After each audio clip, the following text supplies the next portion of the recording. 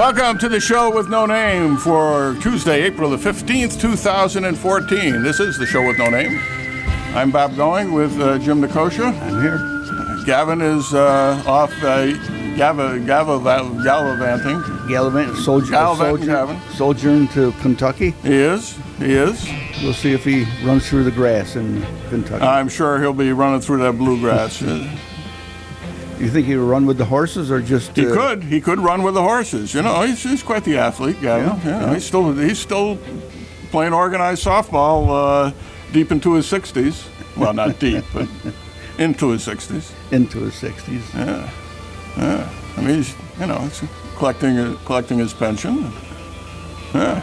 That's good. He keeps busy. He does. His son keeps him busy. And we got to say nice things about him because he's planning on listening to the program. Yeah. Because this is available, of course, on WCSS1490.com, and we're recording it for later podcast with a video as well. And he takes care of his son with his traveling, with all his concerts that he has to put on. Yes.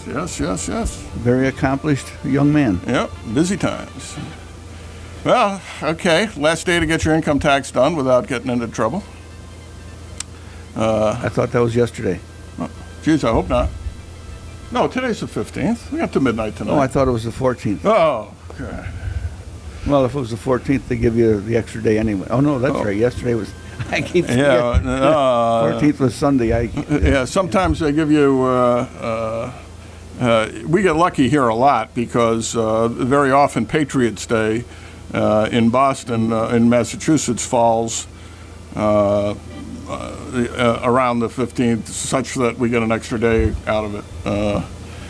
But this year, I think it's not until next Monday. It wasn't yesterday, I don't think. No, couldn't have been. Right? I don't know anything about Patriots Day in Boston. I know that's your second home, but Patriots Day is the celebration of the Battle of Lexington and Concord, which took place on the 19th of April in 1775, and it's usually celebrated on the Monday closest to that date. So the 19th this year falls on this coming Saturday, so I think they're celebrating it on the Monday after Easter. I see. Everything's coming together here all at once. We've got Passover this week, Holy Week in the Christian churches, and Easter, income tax due. Boston Marathon will be next Monday. Yeah. Anyway, what do we got? Something important? Fan mail from some flounder? No, it's. I think it was the golf course. I left my materials home about the golf course, so we'll see what he has here. Well, we'll get to that. A year ago today, Jim, I was as sick as I've been in the last 20 years. I mean, seriously, I was home alone. And I was so sick that I called my wife at work and told her to leave work and come home because I didn't want to be home alone, okay? So we managed to watch the Patriots Day baseball game, the Red Sox and whoever they were playing, and it was a great game. They win it I think they had a walk-off hit in the bottom of the ninth, if I recall. Terrific game. And it's the game is hardly over. And I'm lying in bed, feverish, so, seriously. And my wife comes in and she says, a bomb went off at the Boston Marathon. And she was watching the live feed of the Boston Marathon. And so she saw it happen, okay? Wow. And she comes running in to tell me this. It was 10 minutes before the networks had the story. And we were already 10 minutes into watching it happen. Wow. Yeah. So there's my Boston Scouts on Facebook are posting a lot of marathon-related stuff today. Even though the marathon's next week, today's the actual one-year anniversary. This is WCSS. You're on the air. Whoop. Hello? Yes. Hello. Can you hear me? Yeah. All right. Go ahead. All right, did you want to call the talk show? Obviously not. Well, we got a buzz. Well, anyway, whatever that was about. There, he's calling you back. Calling back again. I don't know. I think I did everything right. I heard them. Yeah, must have been for the business office. Well, maybe. Okay. Yeah. Then why did I get buzzed? I don't know. Something's going on. There it goes again now. Yeah, we're going to try it again. Okay. This is WCSS. You're on the air. Hi, it's Phillip Tambasco.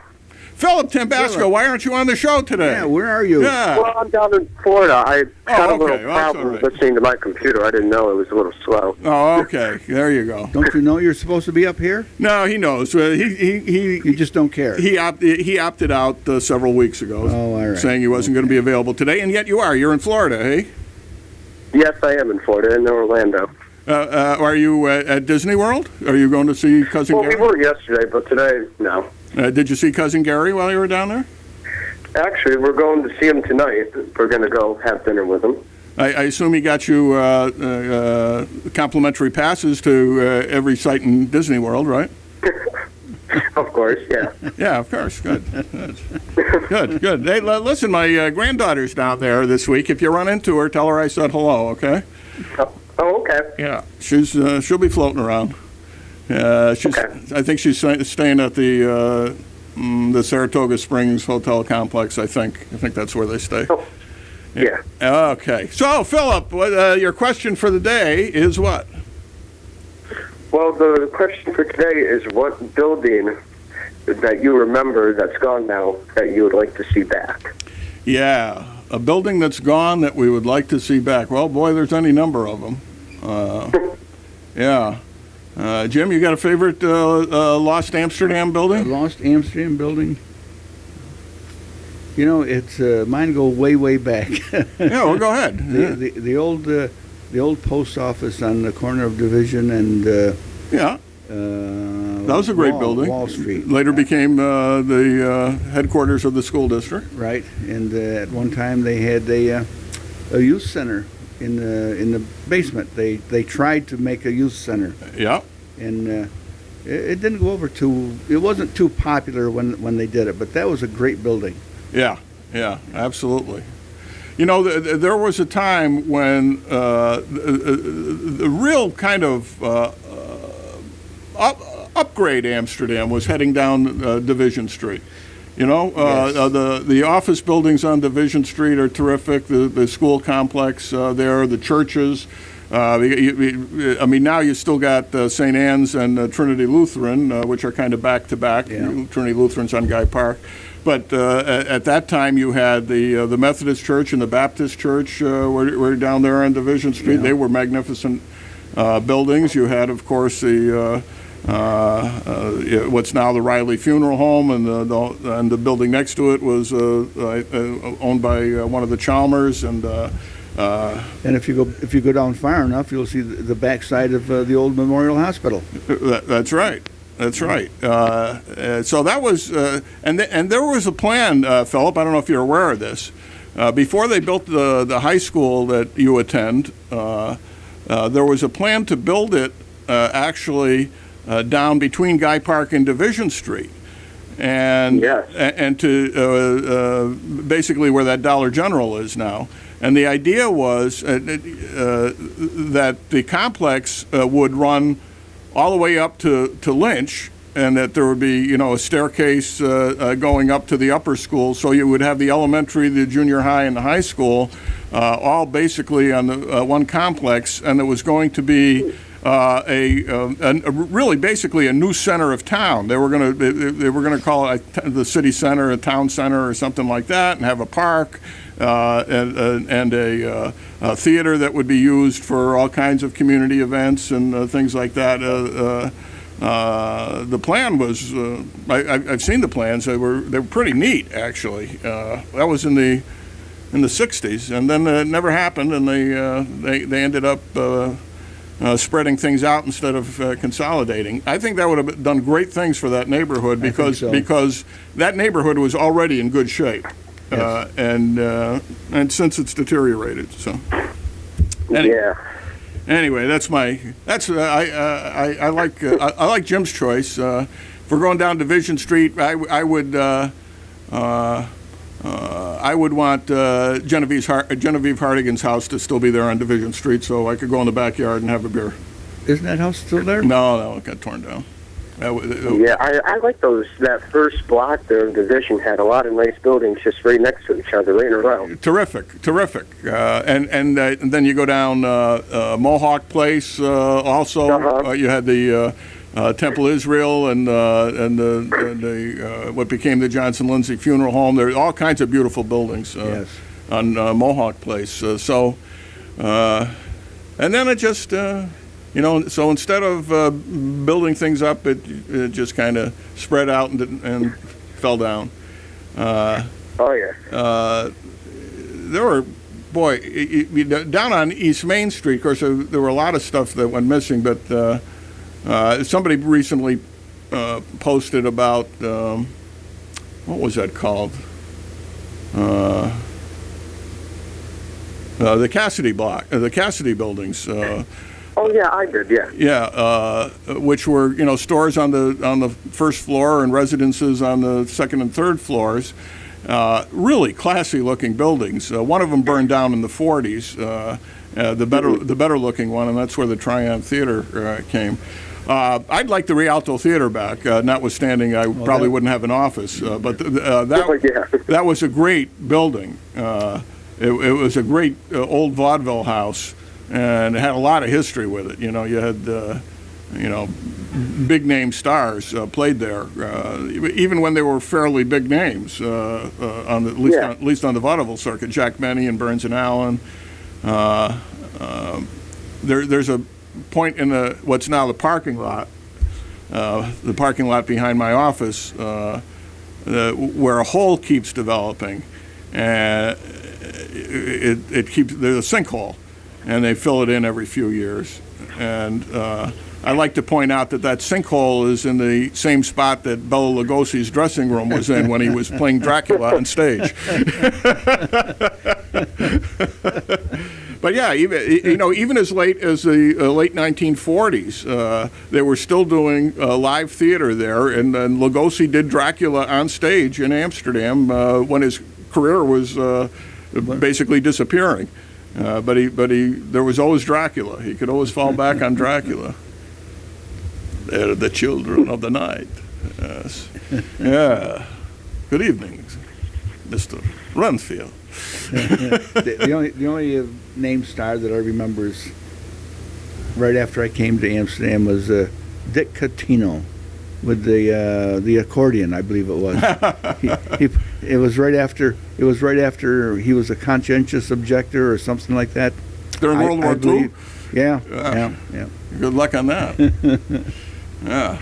The Rialto had a little revival in the late 60s when our boss here, Joe Isabel, was, I think he was still in high school. He was showing movies there. Reopened it as a movie house and had some really nice stuff.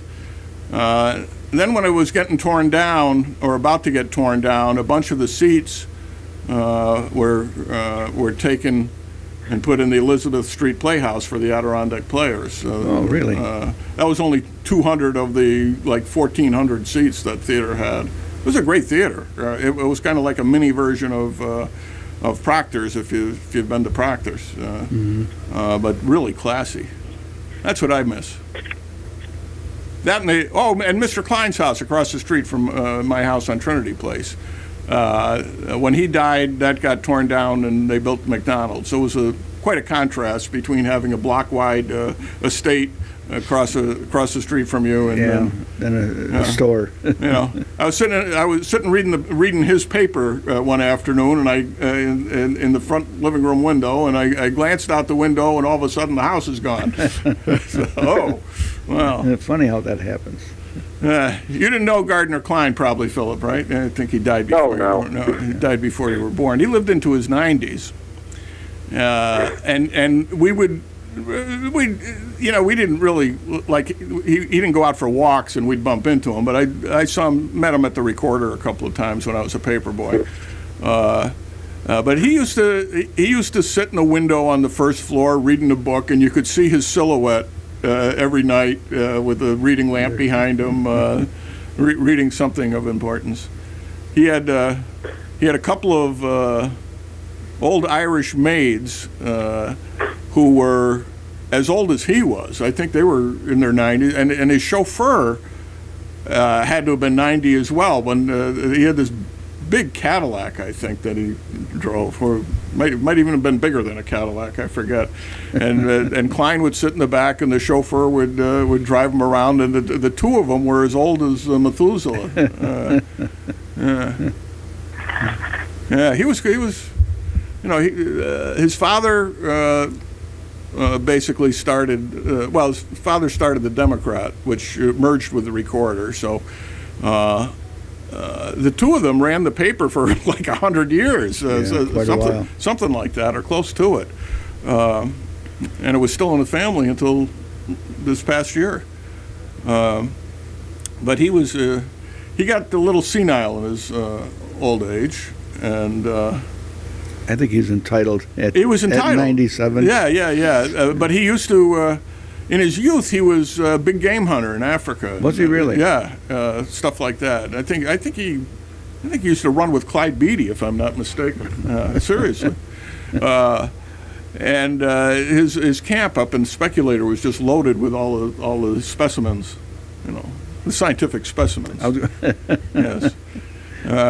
Anyway, in his old age, he got the idea when he went upstairs to bed that he was in a hotel on one of his expeditions. Uh-huh. And he turns to the maid one day and says, "Get the bellhop to come up here and take my bags. I don't like this place. We're moving to a different hotel." And she picks up the phone and says, and then she hangs up the phone and says, "I'm sorry, Mr. Klein, the bellhops are on strike. We're going to have to stay." And she told me that, or the person who was with her told me that he gave her this look like, "What are you doing in my fantasy?" Yeah. Wow. Yeah. Well, what else have you learned? I can't believe that you've managed a question a day for Oh yeah. a long time, and they've been pretty I've been good. going since December. Pretty good stuff. Yes. And the day, Still more to come yet. yeah, the day before you said what was your favorite building. What there were two versions of the favorite building. What is your favorite building? I guess was the other one, and then the second one was what building's not there. And where would you put it? Is it right? You wanted to put the Oddfellows Lodge, which was on Guy Park Avenue, right? Was it Guy Park or Division? I forget. Well, yeah, I think it was on Division. Yeah, which was quite a odd-looking building, but I'm trying to picture that. It's a long time ago, and you wanted to move it up the hill, I guess, so it would have a better view, or what? Yeah, because that building that stands there now, the Green Mansion, it's so big and it's so massive that everybody sees it. Yeah. But if you stick that up there, everybody would see that thing because I like the looks of it. Yeah, it was a great-looking building. The Elks Club was a great building. You remember that, Jim? Yeah. They tore that down to urban renewal to build a bank expansion. Yeah.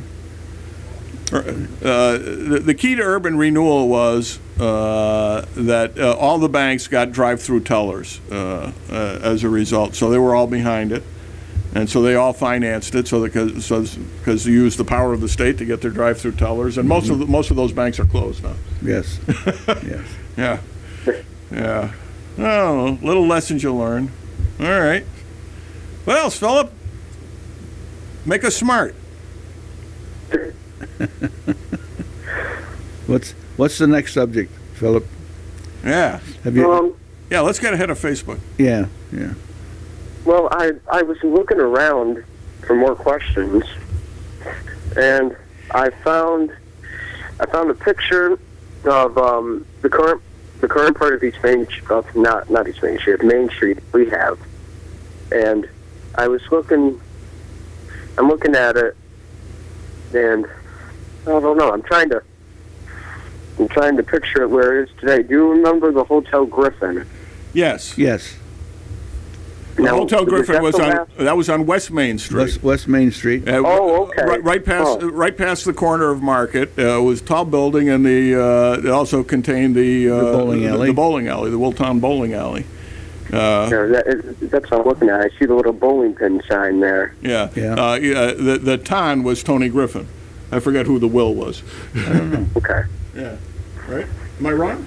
No, it's very interesting. Okay. We got, Mike Mancini just walked in, and he looked stunned. No, Yeah. it's great to hear it. Yeah. It was right around the corner from the Right across main. from Ranella Battaglia. That's right across from the food distributor. Tire, Ranella Right. Battaglia, they were right across the street. Now, Around the corner from the fire department. Now, the food distribution warehouse there, I don't know if you know this, Mike Mancini, but that was built on top of Amsterdam's first cemetery. Oh, boy. And when the spring floods came, it was just like poltergeist. They came up out of the ground into the basement. Yeah. Ooh, yeah. How's that for spooky? I got that from an 1881 newspaper. They were talking about how this ancient graveyard, ancient in 1881, was resurfacing. Wow. Yeah, never mind the cemetery. We'll build a warehouse over there. Nobody will mind. There was a barber shop downstairs from one of those. In that block, at least either in the hotel or between the hotel and Market Street, there was a barber shop in there. Yeah. Joe the Now, barber. on the corner there was Old Under Furniture. Right. All Under Furniture was on the corner. And then there was a barber shop, and then the Hotel Griffin. Right. There may have been something else in there too, but the Hotel Griffin was a big place, and it dominated the landscape. And they had a big billboard on top. And I think a lot of the time, parade pictures, I think, were taken from the roof of the Hotel Griffin, or the roof of Olanders, one or the other, because the parade would be coming down coming down Main Street, and they would snap the photos from there. Pretty cool, huh? Yeah. You can't do that anymore. Nope. And West Main Street was pretty well developed. And we left out Pearl Street. We're talking about Mohawk Place. Yeah. Pearl Street had great buildings on it end to end, including the old firehouse. The Central Fire Station was at the foot of Pearl Street in West Main, and the original Bergen Park was there as well. And next to that was Dr. Seward's property next to the firehouse. Dr. Seward, yeah. That was a big house. Yeah. Dr. Seward was responsible. Well, I don't know how to put this. He was supposed to deliver my father. He got called. It was a Sunday morning in 1922, and Dr. Seward was attending Mass at St. Mary's, and got called from the pulpit to run up to, I think, Brookside Avenue is where my grandparents lived at the time, and by the time he arrived, my grandfather had already delivered the baby. So, so my father was delivered by his father. How do you like that? That's kind of my brother Sean almost. The doctor arrived. It's not entirely clear whether the doctor was there for his delivery either. Yeah, you never know. And my oldest daughter Anna, we called the doctor in the middle of the night, told him how far apart the contractions were, and he said, "Well, why don't you kind of wander in around 8:30 or so? Come on over to the hospital." And so we decided to go over about 7:15 instead, and he wanders in, takes one look at my wife and says, "Oh, I better get scrubbed up." And it's like change of shift, and all of a sudden I'm the only one in the delivery room with my wife when the doctor's hurrying to scrub up. Oh well. Yeah. You'll learn about this someday, Philip, when you get a little older. Yeah. When you get a little older. So I guess it runs in the family. Pearl Street also had the row houses there, the brick building. How many? There was 5 or 6 5 or 6 homes all built into that one brick building. Yeah, I don't remember that. Yeah. I don't remember yeah. that. I think I have a picture of that somewhere. Yeah, because I remember sitting in front of the firehouse looking over there at all those buildings. Is that the firehouse you worked at? I worked at there for a while, but they sent me to the other. I was what they called the jump man. Oh, you remember the low man on the totem Low pole? man on the pole. I had to go from house to house. Yeah. So you work them all, did you? I worked them all. Yeah. Wow. Yeah. What was your favorite? 5 Which one was that? up on Division Street. Oh, yeah, Walt That- Martin's house. yeah, because I lived around the corner, so I could walk there. Hey, Philip, I got to tell you a story there that the first time they sent me over there, they needed somebody to drive. You know, they taught me how to drive the trucks, how to run the pumps and everything. yeah. So, geez, around the corner from my house, I said, yeah, I'll go. I'll go. I get over there. You know, you get a call maybe once a month.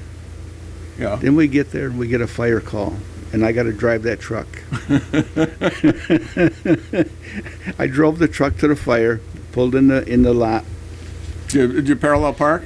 No, we just pulled into the lot, and luckily they didn't have to use the hose. I didn't have to run the pump on the truck. So the lieutenant was there. He's okay. Let's go back. He said they don't need us anymore. I can't get the thing in reverse. I can't get the truck in reverse, and the lieutenant is giving me the eye. You know, he's really pissed. So he says, "Let me in there." We get back to the firehouse, and he says, "Don't you dare get in that driver's seat again." Ever. That's the last time I worked with him. Wow. They pay you extra for that? No, they probably wanted to take my pay away after that one. We didn't get paid anything anyway. Hey, Jim, I got to tell you, I've found the key to driving up the statistics on the podcast, on the Friday podcast. All we got to do is talk about you. You know, Oh, yeah. yeah, that got spread around. Yeah, it sure did. Just your immediate relatives were enough to rack it up there. Yeah, I so would think. I'll have to put this one on too. Yeah, you're gonna have to share this one. Now we've got your fire department nostalgia stories. Anyway, Philip, are you familiar with rock and roll? The Rock and roll. Yeah. rock and roll, the musical genre, rock and roll, right? Oh yeah, yeah. Yes. Well, these days, musicologists generally mark the beginning of the rock and roll era to the recording of Bill Haley and the Comets' "Rock Around the Clock," which was 60 years ago this week, believe it or not. Was it? Yeah. Oh, okay. Yeah, and of course that's, you know, Jim and I are looking at each other because we can actually remember this stuff, you know, the beginning, the roots of rock and roll. The guy who wrote "Rock Around the Clock," I forget his name, was born in the 19th century. Really? Oh, Yeah, geez. he was born like 1893 or something like that. Yeah. So he was already getting a little long in the tooth, and he creates the whole modern sound. He starts to rock. Well, and roll. actually, it was really the producer, who I think was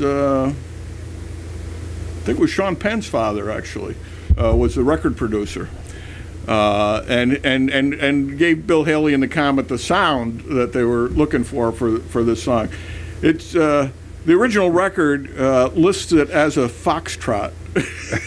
Really, seriously. Of course, nobody knew what rock and roll was at that point. I wasn't foxtrot. I wasn't a big Rock fan. Around the Clock, foxtrot. I wasn't a big fan of rock and roll when I was young. I liked the slow music, sure. the big band music. Oh, sure. That's how you met your wife. After all, you picked her up at a dance, right? Yeah, I did.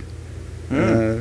At the Kroger Lake. Matter of Kroger fact, I called her the taxi dancer because it used to cost us 10 cents a dance Yeah. to dance. But I told my grandson, they were his first date, his first formal that he was going to. And I said, you know how to slow dance? He says, no. I said, but Gunner, I says, once you hold that girl in your arms, slow dancing, I said, you won't want to rock and roll anymore. Ever again. So after he goes to the dance, he says, Gramp, you were right. You paying attention here, Philip? Yeah, I'm paying attention. All right. What year are you in? You're a sophomore this year? Yeah, well, no, I'm a freshman right now. You're a freshman this year. Okay. All right. Yeah. Oh, you got time. Yeah, that's when I started, when I was a freshman. Don't take any lessons from Jim.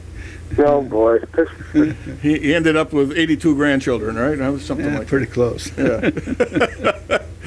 Well, okay, let's see. Anyway, I should mention that this is WCSS 1490 on your dial in Amsterdam, New York, and this is the show with no name. And our special guest via long-distance telephone is Mr. Phillip Tambasco, teenage historian, a regular contributor to our program and to all things Amsterdam. Yes. Your website seems to be getting more and more popular, your Facebook site. Yeah, it is. Yeah. The other day he had 30, 40 some comments on the one question. I forgot which one it was, but Well, he made a mistake. He made the mistake all Facebook rookies do. He left an open-ended question and immediately degenerated into name calling. Oh, yeah. Yeah, don't do that. Don't do that when you're on your way out of town, unless Jake is in firm control. Yeah. Wow. But yeah, the page has just been exploding lately. yeah. I've been getting more people. I've been adding 2 or 3 people a day. Jake's So it's getting bigger and bigger. Jake's grandmother was one of my classmates, by the way. Oh, she was. Yeah. She's one of the people who did not go to the junior prom with me or senior ball. Who's that? I'm not mentioning it, and I'm not going to embarrass her. You know? Oh, no. No, it's an embarrassment to you that she wouldn't go with you. Well, Oh, it's all right. It's okay. I've gotten over it, more or less. Well, after 50 years, I think maybe you will. Well, it's only 45, but we have our 45th reunion this year. That's hard to believe. Wow. That is really hard to believe because we're baby boomers, Philip. Not Jim, but me and Gavin are baby boomers, and so we still consider ourselves 2-3 years out of high school. You know. yeah. Stop laughing. You'll get that. You'll get to that point, but that's true. You know. By the I was going to say by the time my father was my age, he'd been dead for 10 years. Oh, more actually. So anyway, what you I don't know if I gave you credit on the podcast for the stump last week, Philip, but it was still a dirty trick as far as I'm concerned. Oh, but you gave me the papers, though, and I posted the video. I figured it was a giveaway. Yeah, you were giving it away, but, by that time it was... I should have got it, but your hints were taking me all in the wrong direction. That's they were. I was broadening them up a little bit. I don't want to give it away. I know they were perfectly valid clues. They were just leading me in the wrong direction. That's all. There's a lot going on. I told you that Friday night that I was going to stump you. I had to do it. Yeah, I know. It's my fault. That's what happens when I get cocky. I was once bragging how I'd never got stopped for speeding, and the next morning I got stopped for speeding. So I try not to do that stuff anymore because the universe has a way of getting even with you when you get So Philip and I are at the play. By the way, I don't think I mentioned on the air last week how good a show How to Succeed in Business Without Really Trying was. We really had a wonderful time. It was very good. It was a good show. Yeah. And so Philip is trying to stump me, and I said, Philip, I've read the book, and on top of which I've got a copy next to my computer, so I didn't tell you that part. But anything you take out of the Donlin book, I pretty much got so he goes to those 1979 newspapers that I gave him the last time he was here. And I hadn't gone through them myself. I just handed them over to him. Here's some material for you. And he stumps me out of something that's in the 79 paper. I did pretty good remembering almost exactly what I was doing every day during that time frame. However, Oh, yeah, you hit every other point besides that. yeah, but he picks, he picks the one period in the last 50 where I was out of town for a year or two when we were living in Albany, and accordingly, I was not up to what was in the recorder every day of the week at that time. That'll teach me. Want to stump me again? Go back to '79, but I think I've covered most of the material. Yeah, you hit like everything that happened that year besides that one day. Yeah, that was a big that was a big election that year for mayor. John Gomulka was retiring after 12 years in office. The new city charter was going to be going into effect, or had already gone into effect, I guess. There were primaries on both sides of the aisle for mayor, and there ended up being 4 candidates on the ballot in November for mayor. A liberal, conservative, Democrat, and Republican. Yeah. I don't remember that period. Yeah. Well, you weren't into politics. I wasn't. No, I wasn't. Yeah. What the heck dragged you into this, Jim? I'll tell you, I went to a common council meeting when they were talking about the budget. Yeah. And the 3rd Ward alderman was, I think it was the raise for the mayor. Okay. And I told him, I pointed at him, I said, if you vote for this, I'm running against you. Just off the top of my head, right? It was just a sudden outburst. No intention of running for alderman. And then he goes and votes for it. All of a sudden, yeah, he voted for it. All of a sudden, I got 3 reporters standing in front of me. When are you going to announce? Or, or was this your announcement? To save face, I said, yeah. And then you won. And I won. So there you go. There you go. So be careful what you say. All right. And now you're looked on as one of those entrenched good old boy politicians. Yes, right. Hey, Philip, I don't know if you're following everything that's going on in your absence. I can imagine Disney World to be, more interesting. That there's some talk that I may be appointed to chair a new charter commission. I think they may even be discussing it at tonight's Common Council meeting. And so immediately upon that news coming out, which isn't even news because it hasn't happened. I've been denounced left and right on Facebook and other places. Matter of fact, the Charter Commission has been denounced. Oh, sure. Yeah. All of a sudden, right. We can't have that.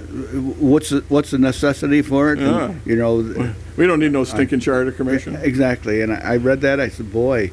I said, they're jumping to they're on the defensive before it even happens. Before anything happens, then this is retribution. Well, how can it be retribution? Yeah.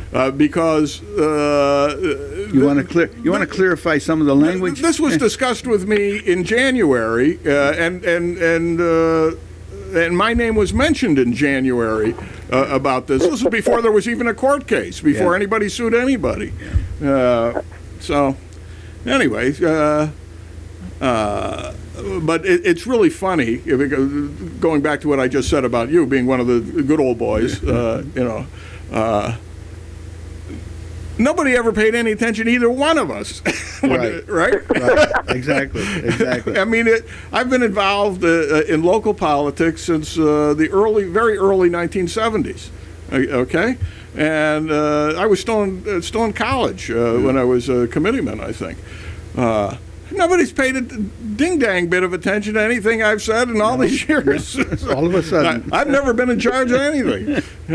All of a sudden, yeah. But now we got to get somebody with fresh ideas because my old ideas were tried and found wanting. Yeah. Really? What were those? Then somebody said I shouldn't be on the Charter Commission because I'm in favor of abolishing the city. All right. Yeah, I mean, it's not like I was going to nuke the city here. It's funny. I think the first year I ran, maybe it was the second time I ran, had an interview with the recorder, Yep. and a couple of questions they asked were, what would you do? Well, how would you? And I said, the first thing I would do, I would like to consolidate the police and the fire with the counties. And I think there was another consolidation. The next day, the recorder had in the paper, if there was 3 Nicosias on the council, the city would go backwards. Really. The next day. And now, I think 2 years ago, another alderman came up with the same statement. And it was brilliant, right? And it was brilliant. I said, wow. Oh, yeah, yeah. Now this is everything the governor wants to do now is consolidate. Yeah. Yeah. It's funny how things change. It is, isn't it? Yeah. Depends on who's making the statement. Yeah, exactly. Uh, Of course, I was not a politician back then because I was new to the political arena. Jim, let me ask you a question. How long before you made your announcement did Mike Chiara demand that you come over and answer his 100 questions? It wasn't too long. I got the call. Philip, every time somebody new decides to run for office, Michael has this list of 100 questions. It's 100 questions, right? Yeah, I think it was 100. 100 questions about the Amsterdam government, and he says, if you can't answer these, you shouldn't be running for office. And nobody can answer them except Michael. I think I got through 10 or 15. 10 or 15 out of 100, yeah. But, hey, people... There was interviews with college students recently, and one of the questions was, can you name a member of the United States Senate? These are college students. It's like 2 out of 100 were able to name one. Yeah. Okay.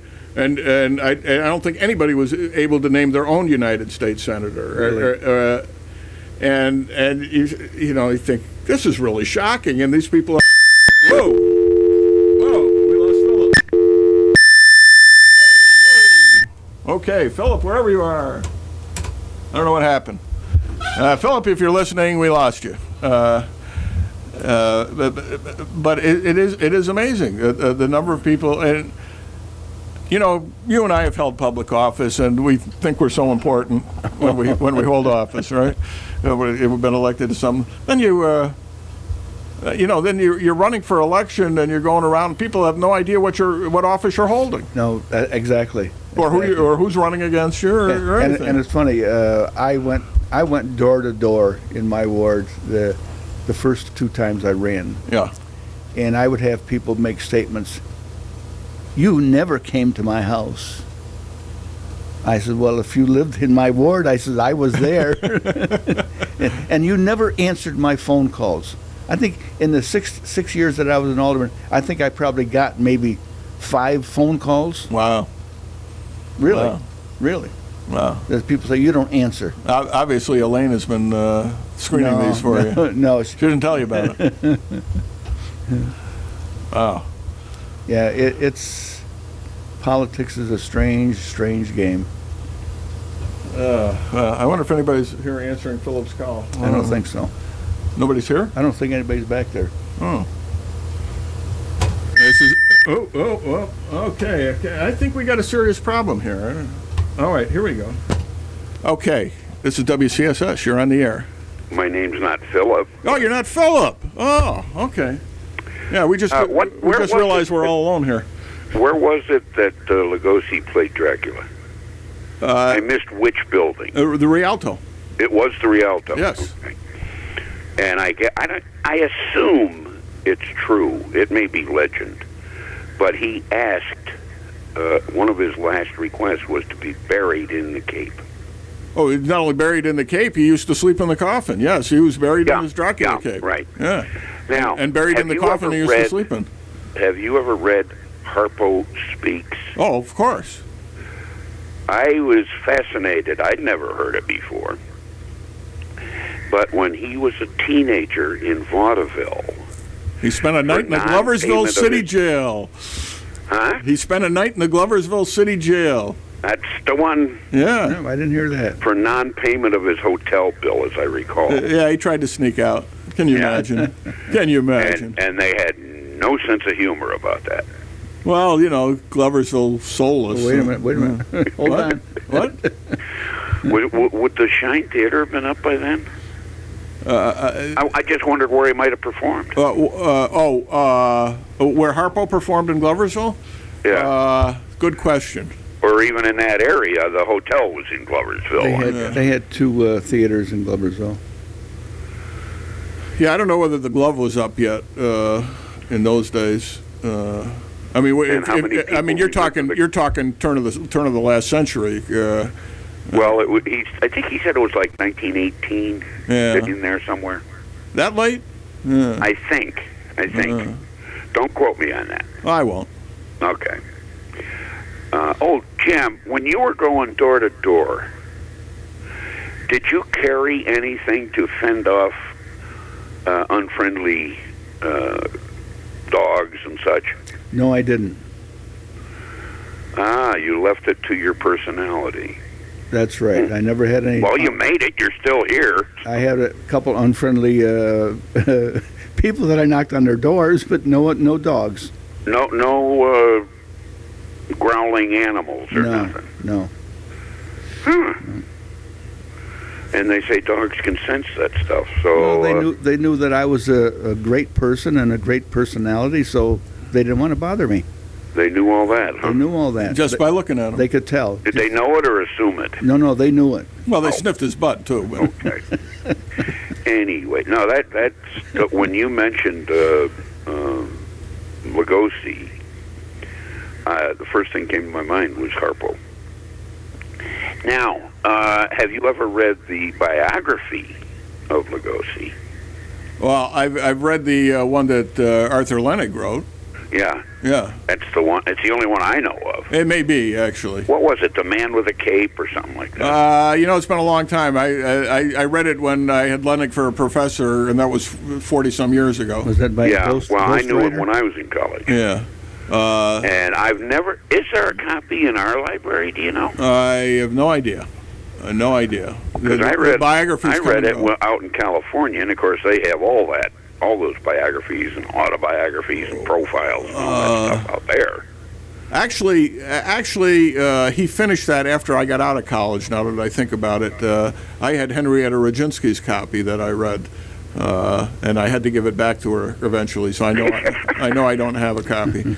Well, I read the Orange City Library copy, so I had to give that back too. Well, the Lenig as a teenager went to Lugosi's house on Long Island and just knocked on the door and became his friend. By this time, Lugosi's a heroin addict and he's on his last legs. But there's a picture in the book of 13-year-old Arthur Lenig with his hero Bela Lugosi. Right, Yeah. right. And you know who threw Lugosi off in movies was Abbott and Costello. Because they didn't stick to the script. And once they diverted or went sideways off the script, he was lost. And the one he's in with him, it shows. It shows. And I thought Landau was so good in that movie. Oh, absolutely. Oh, And just amazing. Yeah. I'm glad Barbara Bain let him go to work that when they were making that. Yeah. I think they were still married then. Oh, yeah. Yeah. But the biography is, and he was next thing to God in his home country for stage people. Well, He could do no wrong, and he comes here, and all he can, and once he takes on Dracula, right. he can barely get. He almost didn't get anything else. Well, except, he was. the Mad Doctors. Well, and he was a romantic leading man in. oh yeah, and back in people Transylvania. loved. What was that? Hungry? Yeah, he was actually from Transylvania, believe it or not. Yeah, you would think so. Yeah, and I believe on the Hungary, the Hungary side of Transylvania as opposed to the Romanian okay. side. Yeah. Yeah, is she Hungary? Alaska? Never mind. But I thought you can see that he's capable of so much more. Absolutely. But Hollywood gets in that rut. Home. I have no home. No saving it. And by the way, did you watch any of the Mickey Rooney's on Sunday? I did not. I pulled the plug on the cable. But Coward. I've memorized most of them though. I saw one. Well, I saw one I hadn't seen in years and years, and one I had never seen. Late afternoon, I saw. Well, the one I'd never seen was Killer McCoy No, I've never seen that either. as a prize fighter, Yeah. and the villain is Brian Donlevy, and I never thought he got the attention he deserved. God, he was good. He was nominated for an Oscar one year. Donlevy was? Yes, he was. I just came across that because it startled me to see that. He should have been nominated for several, but Yeah. but the one I hadn't Well, seen in years. everybody thought it was George Brent, so George Brent got the nomination. I can't. I just. Yeah, I can't tell I'll those guys watch him, apart. But human comedy. Oh, human comedy was terrific. what a Rooney was out of this world in that, and that had And he's playing a teenager. He's already 23. right. Frank Morgan was in that, right? Yeah. Yeah. As Grogan. James Craig, who they were trying to really build up, and he never quite caught on, and that's a shame. Donna Reed was 22. Yeah. Faye Painter is his mother. The perennial mother, and if I remember right, she never married. Well, when would she have time? And of course, yeah, well, that's true. Beulah Bondi never married. She was Jimmy Stewart's mother Right. in 4 movies. Right. She played the mother in about 700 movies, and she never And married. of course, Lieutenant Tragg played the father. Oh, yeah. Yeah, the one Ray Collins. who died 2 years before it opens, and he's the narrator. Yeah. Well, Because he can see it all happening. Van Johnson, the brother who goes to war. Right. But, oh, what a movie. Oh, my Lord. And Howard Estabrook, who wrote the script from Soroyan's novel. But Soroyan, if you haven't read Soroyan's novel, it's terrific. It would have to be the source for that. Yeah, absolutely. That one is, who was it? I think it's Leonard Maltin calls it Memorable Americana. Absolutely. And that pretty much sums it. And and you know, and if you're buying a copy of the human comedy on Amazon, it would really go neatly with Where Do We Find Such Men by me. Who wrote that? Yeah, I wrote that. Oh. I wrote that. Where do we find And recently, Mansour, Yeah. I've read 3 Richard Russo's. Time for a break on that one. And right now I'm reading one called Crowded Hours. Do you know that one? Nope. Alice Roosevelt Longworth. Memoirs as the president's daughter. Oh, yes, among other things. And she had a reputation for being, we'll keep it polite and call it a rebel. a rebel, yes. But, she was very outspoken. But the book is rather low-key. I got about a quarter of it to go. But it's still fascinating to Well, you know why? Because she was so spontaneous. If she sat down and wrote something, she'd probably think better of it and pull it out. But She might. But off the cuff, she was vicious. Delightfully vicious. And there's some grand pictures in there. It came out in 1933. I've got a first edition. I don't even know how long she lived. But she was. How long did she live? She lived. She was at Tricia Nixon's White House wedding in the 70s. Was she really? Yeah. She never wrote a second volume, though. Well, I don't know. She lived well into her 90s. Yeah. But some of those photos are just amazing. She was. She's. But I like almost anything to do with the 20th century, and anything to do with New York State in the 20th century. And then after what I'd heard about her reputation for being, shall we say, uninhibited. Uninhibited. She was absolutely uninhibited. That's a good word, too. Yeah. Yeah. I thought I'd try it. And, it's a great book, but it doesn't... And she, of course, was Teddy Roosevelt's daughter by his first wife. Yeah. And oldest daughter, third child. Yeah. And What? she, and her brother, Ted, married somebody named Eleanor.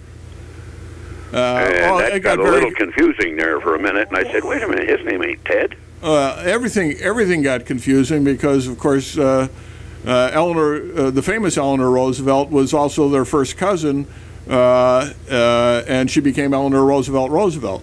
So Eleanor Roosevelt was Teddy Roosevelt's brother's daughter, and then she married their fifth cousin, Franklin. Yeah, well, Franklin and Teddy were cousins, weren't they? Fifth cousins. Fifth? Yeah. Oh, I guess back then they tracked that sort of thing. They didn't have radio or TV. They were close though. Franklin used to hang out at Oyster Bay when he was a kid. So she hasn't even mentioned him. Oh, and I got him up to about World War I. She had particular loathing for her cousin Eleanor. I think because when Ted Jr. was running for governor of New York, Eleanor campaigned against him, her own cousin, and that sounds about right. And so they never really forgave her for that. Anyway, understandable. Oh, and then you were talking about questioning men on the street, and 2 out of 100 could name even one senator, and not necessarily their college own. Students.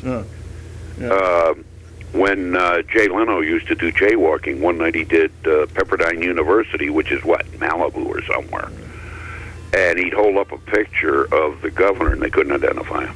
Their own governor. Right, it was probably and these kids Schwarzenegger are at the time. College? Yeah. How? Oh yeah. Anyway, we got to go, Dave. Anyway, you got to go. All right. Onward and upward there, Montour. Okay, take care, buddy. June 5th. All righty. Bye-bye. Bye. All right. Anyway, this has been the show with no name. I'm Bob Going with Jim Nikosha. No podcast this week. It's Good Friday. Good Friday. Have a nice Easter, everyone. And we'll be back next Tuesday with more of the show with no name.